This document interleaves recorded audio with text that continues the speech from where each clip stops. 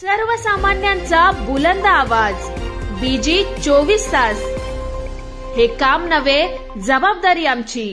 छत्रपती शिवाजी महाराज की जय. छत्रपती शिवाजी महाराज की जय. छत्रपती संभाजी महाराज की जय. तुमचं आमचं नातं काय? जय जिजाऊ जय शिवराय. तुमचं आमचं नातं काय? जय जिजाऊ जय शिवराय. कोण म्हणतो देणार नाही? घेतल्याशिवाय राहणार नाही. तरंग पाटील साहेब आगे बढ़ो.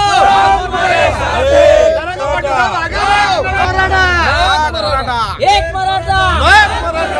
तुमचं आमचं नातं काय? जय जिजाऊ जय शिवराय. एक मराठा.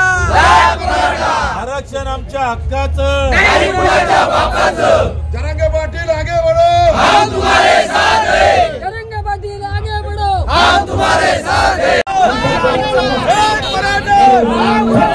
एक मराठा.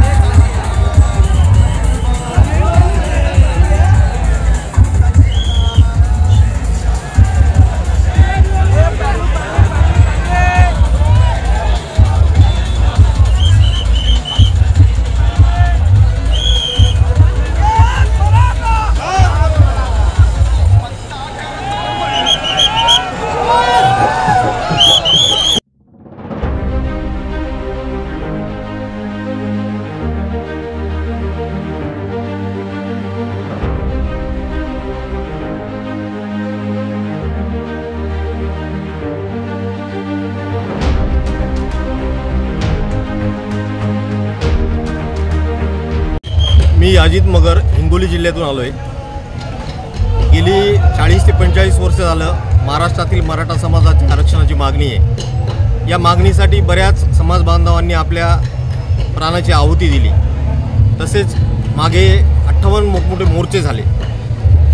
त्यानंतर मराठा समाजाने आत्तापर्यंत कोणाचंही नेतृत्व स्वीकारलं नव्हतं, परंतु मनोजदादा जरांगे यांच्या माध्यमातून मराठा समाजाला एक नेतृत्व भेटलं आणि ते दिशा देणारं नेतृत्व, त्या नेतृत्वावर विश्वास ठेवून आज संबंध महाराष्ट्राचे मराठा समाज ते मुंबईच्या दिशेनं त्यांना जे आमरण उपोषणाला तिथं बसणार आहेत त्यांच्या समर्थनार्थ सर्व आम्ही हिंगोलीकर आणि महाराष्ट्रातील तमाम मराठा समाज आज कर्जत फाट्यावर आम्ही आलेलो आहेत. इथं कर्जत तालुक्यातील सर्व समाज बांधवांनी चांगल्या पद्धतीचं इथं जेवणाची सोय, चहा नाश्त्याची सोय इथं केलेली आहे. खरं पाहिलं तर मराठा समाजातील कमी होत चाललेलं जमिनीचं प्रमाण, त्यानंतर शिक्षणातील त्यांचा कमी होणारा टक्का, नोकरीतील कमी होणारा टक्का ही आज काळाची गरज बनलेली आहे की मराठा समाजाला आरक्षण हे पाहिजेच. म्हणून हा सर्व समाज इतक्या मोठ्या प्रमाणावर इथं रस्त्यावर उतरलेला आहे.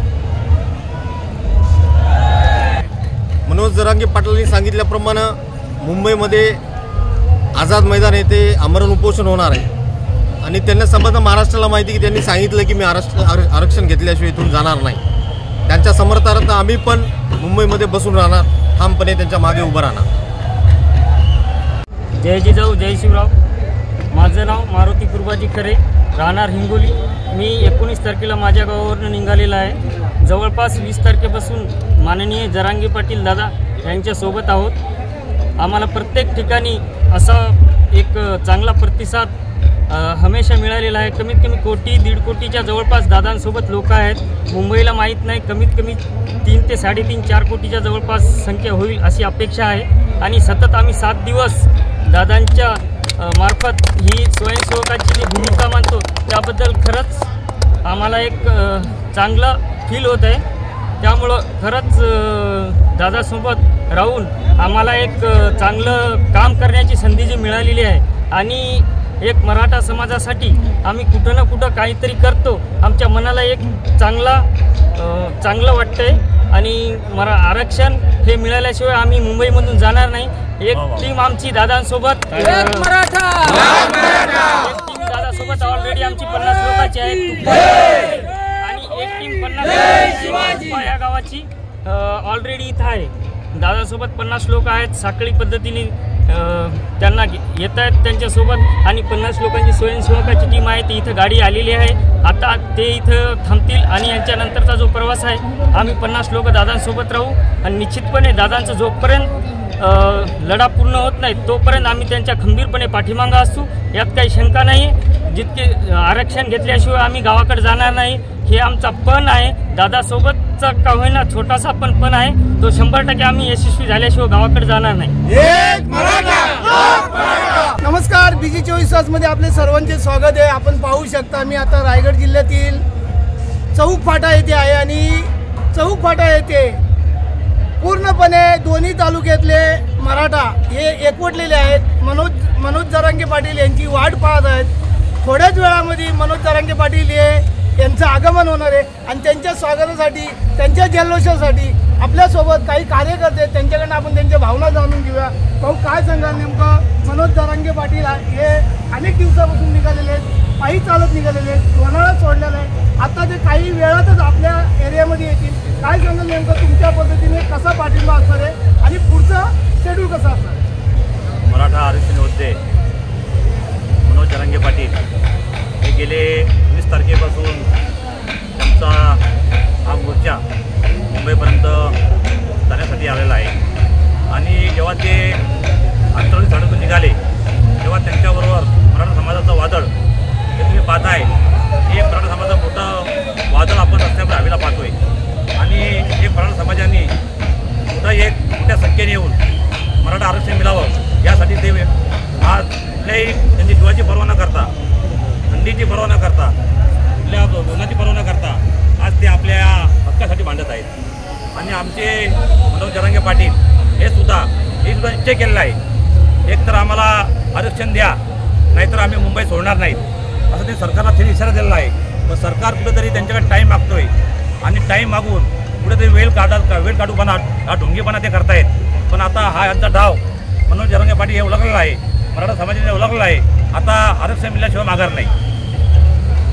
तर हे होते मधुकर भाऊ घारे आपल्यासोबत. त्याचप्रमाणे आपल्यासोबत आता रमेश भाऊ कदम आहेत, त्यांच्याकडनं जाणून घेऊया. त्यांनी आत्तापर्यंत उपोषण आंदोलन वगैरे भरपूर सोडलेले आहेत, समाजसेवक आहेत ते, त्यांच्याकडनं आपण जाणून घेऊया नेमकं त्यांचं अल्टिमेट काय असणार. भाऊ काय सांगाल नेमकं, आज मनोज जरांगे पाटील सर हे येतातच, काही वेळातच आपल्या सोबतीला येतील ते, आणि आपण त्यांच्यासोबत कुठपर्यंत जाणार आहेत, कसं अल्टिमेट असणार आहे आणि काय जल्लोष असणार आहे, मागणी कशी असणार आहे, याबद्दल काय सांगणार. जय जिजाऊ, जय शिवराय, जय शंभूराजे. आज आपण या महाराष्ट्रामध्ये जे भगवे वादळ घोंगवत आहे ते म्हणजे आमचे जरांगे पाटील साहेब, ज्यांनी हा लढा टोकापर्यंत म्हणजे शेवटपर्यंत घेण्याचा निश्चय केलेला आहे. कुठल्याही आमिषाला बळी न जाता, कुठल्याही प्रकारचा अल्टिमेट न घेता, आणि त्या आरक्षणासाठी ते आपल्या कुटुंबाचे कुटुंबपणाला लावून हा लढा ते लढत आहे. आणि हा लढा ते 90% यशस्वी झालेला आहे. हे ज्या वेळेस आझाद मैदानावर उपोषण सुरू करतील त्यावेळेसच आपल्याला हे आरक्षण सरकारला देणं आहे, देणार आहे. आणि मला या निमित्ताने सरकारच्या सर्व प्रतिनिधींना आणि सरकारला सांगू इच्छितो की एवढा अट्टहास करूनसुद्धा सरकार अजून कशाची वाट पाहते. मी या सरकारला या निमित्ताने इशारा देऊ इच्छितो, जर जरांगे पाटलांचं काय बरं वाईट झालं तर महाराष्ट्र पेटेल आणि खूप जीवितहानी होईल, वित्तहानी होईल, आणि हे न परवडण्यासारखं आहे. आश्चर्याची गोष्ट म्हणजे आज सरकारने जे सर्वे करासाठी जे अधिकारी कार्यकर्ते सोडलेत, एक व्हिडिओ व्हायरल होतोय. तो अधिकारी चक्क स्वतः सांगतोय की मला कुठल्या मोबाईलचा वापर करता येत नाही आणि कुठल्या प्रकारचा सर्वेचा मला ट्रेनिंग दिलेली नाही. तर असे जर सर्वे करायला जर का शासनाने जर अधिकारी नेमले असतील तर हा सर्वे 10 दिवसात होणार कसा.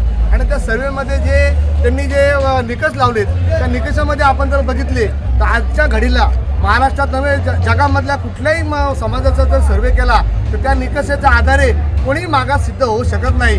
हे अगदी सत्य परिस्थिती आहे. आणि ह्याच्यामागे काय नेमकं कारण काय आहे, म्हणजे आम्हाला तुम्ही आरक्षण दिल्याच्या नंतर पुन्हा त्याच्यावर कोर्टामध्ये अपील व्हावा आणि ते बाद व्हावा असाच उद्देश आहे. म्हणून जरांगे पाटलांची जी मागणी आहे ती सुरुवातीपासूनची मागणी आहे. तर आपण जर सामायिक विचार केला आणि जनरल विचार जर केला, आता मनोज जरांगे पाटील सर आल्यानंतर आपली त्यांच्या सोबतच्या पुढची भूमिका नेमकी काय असणार याबद्दल काय सांगणार. आता जरांगे पाटील जेव्हा आमच्या चौक ठिकाणी येतील, तिथे कर्जत खालापूरमधून बहुसंख्य मराठा समाज बांधव उपस्थित झालेले आहेत. आम्ही तर कर्जत तालुक्यातील मराठा समाजाच्या पहिल्याच टप्प्यामध्ये आम्हाला उपोषण करण्याचाच निश्चय केला होता. परंतु जरांगे पाटील साहेबांचा आदेश होता की पहिला टप्पा आम्हाला उपोषणाचं जे टप्पे आम्ही सर्व टप्पे पार केलेले आहेत. आता आम्ही कर्जत तालुका नाही, रायगड जिल्ह्याचे सगळे समन्वय इथे जरांगे पाटील साहेबांना भरपूर पाठिंबा देत आहेत. आणि जर जरांगे पाटील साहेबांनी जर आता आदेश दिला की सर्वांनी आझाद मैदानावर आमरण उपोषण सुरू करा, तर आमच्या रायगड जिल्ह्याचे 100% कार्यकर्ते त्याच्यासोबत आमरण उपोषण करतील. फक्त पाठिंबा नव्हे तर आम्ही त्यांच्याबरोबर आमच्या प्राणाची आहुती पण देऊ असा आम्ही निश्चय केलेला आहे. आणि तो आमचा निश्चय शेवटचा राहील.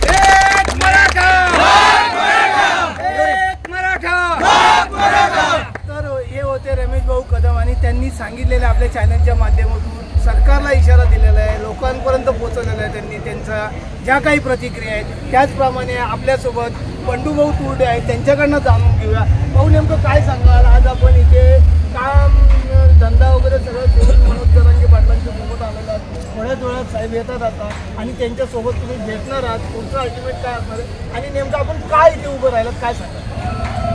आज मनोज जरांगे पाटील हे आमच्या रस्त्याने निघणार आहेत. त्यासाठी त्यांच्याबरोबर जे काय 2-3 लाख जे लोक आहेत त्यांची भोजनाची व्यवस्था आणि नाश्त्याची व्यवस्था करण्यासाठी आम्ही आज सकाळपासूनच कर्जत खालापूरचे संपूर्ण मराठा बांधव आणि त्याचबरोबर आमच्याबरोबर केवळ मराठा बांधवच नाही तर आमच्या आरक्षणाला सपोर्ट करण्यासाठी आमचे जैन बांधवसुद्धा या ठिकाणी आहेत, आमचे मुस्लिम बांधवसुद्धा या ठिकाणी आरक्षणाला सहकार्य करण्यासाठी उपस्थित राहिलेले आहेत. कारण सगळ्यांना माहिती आहे की खऱ्या अर्थाने आज मराठा समाजाला आरक्षणाची गरज आहे. आज मराठा समाज जर पाहिला आपण तर 20% मराठा समाज हा जरी प्रगत असेल तरी 80% मराठा समाज याला खऱ्या अर्थानं आज आरक्षणाची गरज आहे. कारण आज आपण बघतोय शिक्षण असेल, नोकरी असेल, याच्यामध्ये आरक्षण नसल्यामुळे मुलांचं काय नुकसान होतं आहे. 18 तास मुलं अभ्यास करून सुद्धा मुलांना नोकरी मिळत नाही किंवा शिक्षणाबरोबर आमच्याबरोबर केवळ मराठा बांधवच नाही तर आमच्या आरक्षणाला सपोर्ट करण्यासाठी आमचे जैन बांधवसुद्धा या ठिकाणी आहेत, आमचे मुस्लिम बांधवसुद्धा या ठिकाणी आरक्षणाला सहकार्य करण्यासाठी उपस्थित राहिलेले आहे. कारण सगळ्यांना माहिती आहे की खऱ्या अर्थाने आज मराठा समाजाला आरक्षणाची गरज आहे. आज मराठा समाज जर पाहिला आपण तर 20% मराठा समाज हा जरी प्रगत असेल तरी 80% मराठा समाज याला खऱ्या अर्थानं आज आरक्षणाची गरज आहे. कारण आज आपण बघतोय शिक्षण असेल, नोकरी असेल, याच्यामध्ये आरक्षण नसल्यामुळे मुलांचं काय नुकसान होतं आहे. 18 तास मुलं अभ्यास करून सुद्धा मुलांना नोकरी मिळत नाही किंवा शिक्षणामध्ये आर्थिक निकष लावल्यामुळे पैशाच्या अभावी मुलांना शाळा कॉलेज सोडावे लागतात आणि त्यामुळे आता खऱ्या अर्थानं आपल्याला या आरक्षणाची गरज आहे आणि त्यासाठी आम्ही मनोज जरांगे पाटील यांच्याबरोबर ठामपणे सर्व मराठा समाज कर्जत खालापूरचे त्यांच्या पाठीशी आहोत. तर हे होते बंडूभाऊ थोडे आणि त्यांनी त्यांच्या भावना आपल्या चॅनलच्या माध्यमातून पोहोचवलेल्या आहेत. त्याचप्रमाणे आपल्यासोबत आता रामदास भाऊ आहेत, त्यांच्याकडनं जाणून घ्या. भाऊ नेमकं काय सांगाल, आज आपण सर्व मराठा एकवटला आहे आणि चौक फाटा येथे पूर्णपणे जाम केलेला आहे मराठा समाजाने मनोज जरांगे पाटलांचं स्वागत करण्यासाठी. काय सांगाल नेमकं कशा पद्धतीने अल्टिमेट असं आहे की जरांगे पाटील साहेब जे आपल्यासाठी करतात, जीवाचं रान करतात, त्यांनी स्वतःच्या कुटुंबावरती तुळशीपत्र ठेवलेलं आहे जे आपल्या बांधवांसाठी. तर त्यांनी जर त्यांच्या कुटुंबावरती आपण पाहिलं असेल घरातून निघताना, मला वाटतं मागचं जे आंदोलन झालं त्यानंतर तिथपासून ते 6 महिने घरी गेलेले नाही आहेत. त्यांनी पण केला की जोपर्यंत आरक्षण भेटणार नाही तोपर्यंत मी घरी जाणार नाही आणि आपल्याला संध्याकाळी घरी गेल्याशिवाय करमत नाही. तर हा फरक आहे. मग ते व्यक्ती जर त्यांच्या स्वतःच्या कुटुंबावरती जर तुळशीपत्र ठेवून जर आपल्यासाठी बाहेर येत असेल तर आपण त्याच्यासाठी एक दिवस का खर्च करू शकत नाही. असे आमचे करोडो बांधव आज जरांगे पाटलांचा पाठीशी आहेत. त्यांचा जो निर्णय असेल त्याला आम्ही उत्स्फूर्तपणे पाठिंबा देणार. जरांगे पाटील साहेब बोलले मुंबईमध्ये जोपर्यंत जरांगे पाटील साहेब तिथे आहेत, जोपर्यंत आपल्याला आरक्षण भेटत आहे तोपर्यंत आम्ही सर्व सकल मराठा बांधव त्यांच्यासोबत पाठीशी बसणार आहोत. तर हे होते रामदास भाऊ यांनी सांगितलेले कशा पद्धतीत ते त्यांना पाठिंबा देणार होते. त्याचप्रमाणे आपल्या बरोबर प्रकाशदादा पालकर आहेत, त्यांच्याकडनं जाणून घेऊया. दादा काय सांगाल नेमकं, आज आपण पूर्ण अख्खा मराठा कर्जत तालुका दोन्ही कर्जत खालापूर तालुका दोन्ही इथे एकवटला आहे आणि मनोज जरांगे पाटलांची सकाळपासून आतुरतेने वाट पाहत आहे. काय नेमकी भूमिका असणार आहे, कसं आपलं आरक्षण मागणार आहे, काय सांगाल?